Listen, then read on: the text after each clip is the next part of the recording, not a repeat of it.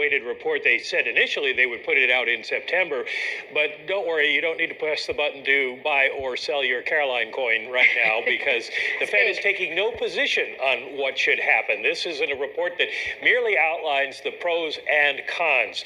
The Fed on the digital dollar looks at the benefits and risks, but takes no position on whether a central bank digital currency, CBDC, should be issued. They are requesting public comment for the next 120 days, and they offer 20 different questions in the report that they would like people to comment on.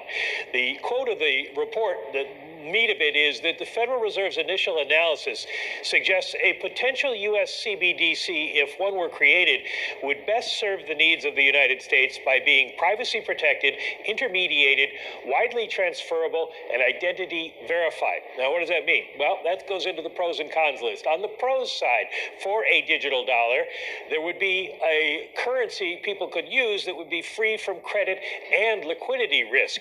It would be streamlined, and it would also make cross-border payments cheaper. It would preserve, they say, the U.S. dollar dominance, its role as the reserve currency, and promote financial inclusion, because there are still a lot of people who don't have bank accounts who could be included in the digital dollar. On the risk side, it would fundamentally change the U.S. financial system, and this is the big one. It gets to the intermediation. If banks aren't taking in deposits, who's going to make loans? That's a real question, and it also means that the Federal Reserve would be in charge of your banking accounts, even if they are intermediated, if a bank is between you and the Fed, and that would have to be redesigning the financial system.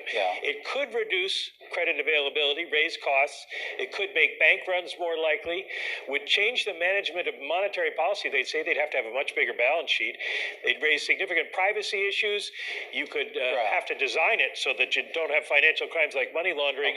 And then cyber and disaster threats. Cyber and disaster. Okay, this sounds like a scintillating report. I'm going to get to it after we get off the air. I am curious, though, did they address the issue of, I guess, authority? I mean, we know they technically kind of have the authority to do this, but you would think that if you go about creating a completely new form of payment, what is effectively a federal form of payment here, that you would want some sort of sign-off by Congress, by lawmakers, the folks who sort of have to make this stuff. Yeah, well, the Fed is specifically not taking a position at the moment. They're not saying we should do this. If they did, it's an open question of how you would move forward. Obviously, Congress would have to pass a lot of legislation to make this possible.